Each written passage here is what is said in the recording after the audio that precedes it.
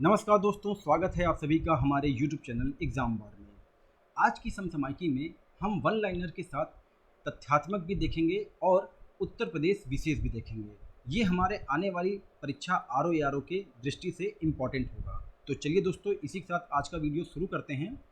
भारत सरकार ने जम्मू कश्मीर में 4 समुदायों को अनुसूचित जनजाति की सूची में शामिल करने के लिए एक विधेयक लेके आई, जिनमें गड्डा ब्राह्मण, कोली, पद्दारी जनजाति और पहाड़ी जनजाति समूह हैं।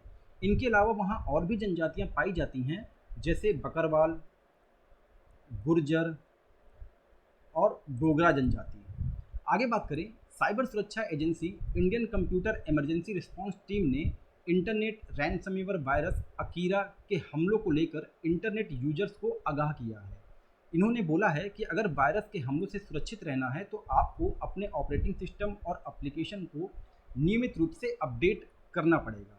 होता क्या है कि जब हम कोई भी एप्लीकेशन या सॉफ्टवेयर इंस्टॉल करते हैं तो वो हमारे डेटा को एक्सेस करने के लिए हमसे परमिशन मांगता है और हम उस परमिशन को अलाउ कर देते हैं। तो यहीं पे कुछ अननेसेसरी एप्लीकेशन होते हैं जो हमारे लिए खतरे का सूचक है, तो इससे हमको बचना चाहिए।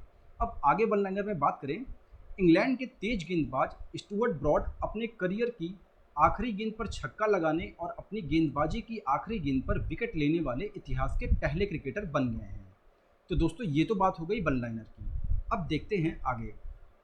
1 अगस्त 2023 को पूरे देश में मुस्लिम महिला दिवस, अधिकार दिवस मनाया जाता है।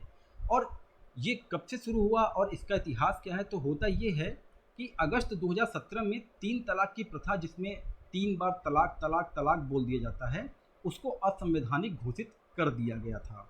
फिर उसके बाद 1 अगस्त 2019 को 3 तलाक के खिलाफ भारत सरकार ने एक कानून बनाया, जिसने 3 तलाक के सामाजिक दुराचार को एक दंडनीय अपराध बना दिया।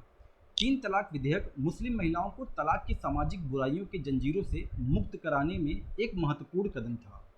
शाह बानो बेगम बनाम मोहम्मद अहमद खान, शायरा बानो बनाम यूनियन ऑफ इंडिया और अन्य ने इस सामाजिक बुराई के विरोध की नींव रखी थी। अब आगे हम बात करते हैं मालदोवा देश की। हाल ही में भारत सरकार ने मालदोवा के साथ कृषि क्षेत्र में सहयोग हेतु समझौता ज्ञापन पर हस्ताक्षर किया है। इसीलिए ये इम्पॉर्टेंट हो जाता है कि आपको इसको मैप पे देखना बहुत ज़रूरी है। ये मालदोवा जो है पूर्वी यूरोप में स्थित एक लैंडलॉक कंट्री है, जिसके पश्चिम में रोमानिया और उत्तर पूर्व और दक्षिण में यूक्रेन है। इसकी राजधानी चिसिनाउ है। अब हम आगे बात करते हैं भारत में होने वाले पहले विश्व कॉफ़ी सम्मेलन की, जिसकी मेज़बानी बेंगलुरु को मिली हुई है। और ये पहला अवसर है जब बेंगलुरु इस सम्मेलन की मेज़बानी करेगा। इस सम्मेलन के ब्रांड एम्बेसडर टेनिस खिलाड़ी रोहन बोपन्ना को बनाया गया है। विश्व कॉफ़ी सम्मेलन जो है अंतर्राष्ट्रीय कॉफ़ी संगठन करवाता है, जिसकी स्थापना वर्ष 1963 में हुई थी और इसका मुख्यालय यूनाइटेड किंगडम में है। अब आगे हम बात करते हैं यूपी स्पेशल की। मुख्यमंत्री योगी आदित्यनाथ की अध्यक्षता में मीटिंग होती है, जिसमें 32 प्रस्ताव पारित किए जाते हैं। तो उन 32 प्रस्तावों में यहाँ जो 3 इम्पॉर्टेंट हैं वो ये हैं कि मंत्रिपरिषद ने यूपी शिक्षा सेवा चयन आयोग के गठन का फैसला लिया है, जिसमें 1 अध्यक्ष और 12 सदस्य रहेंगे। और इसी आयोग के थ्रू बेसिक, माध्यमिक और उच्च शिक्षा की सभी भर्तियां की जाएंगी। और जो इम्पोर्टेंट है वो ये है कि हर जिले में एक प्राइवेट यूनिवर्सिटी और मंडल में एक गवर्नमेंट यूनिवर्सिटी शुरू करने का लक्ष्य रखा गया है। और तीसरा इम्पोर्टेंट है, उत्तर प्रदेश जल आधारित पर्यटन और सहायक क्रीड़ा नीति 2023 और अयोध्या शहर को सोलर सिटी के रूप में विकसित करने के प्रस्ताव को कैबिनेट ने हरी झंडी दे दी है। अब आगे और समसामयिकी की बात करें तो उत्तर प्रदेश के कृषि मंत्री सूर्य प्रताप शाही द्वारा लखनऊ में यूपी एग्रीटेक कॉन्क्लेव 2023 का उद्घाटन किया गया। केंद्र और राज्य सरकार की विभिन्न योजनाओं और रोजगार संबंधी जानकारी उपलब्ध करवाने के लिए उत्तर प्रदेश में युवा सारथी पोर्टल का निर्माण किया है।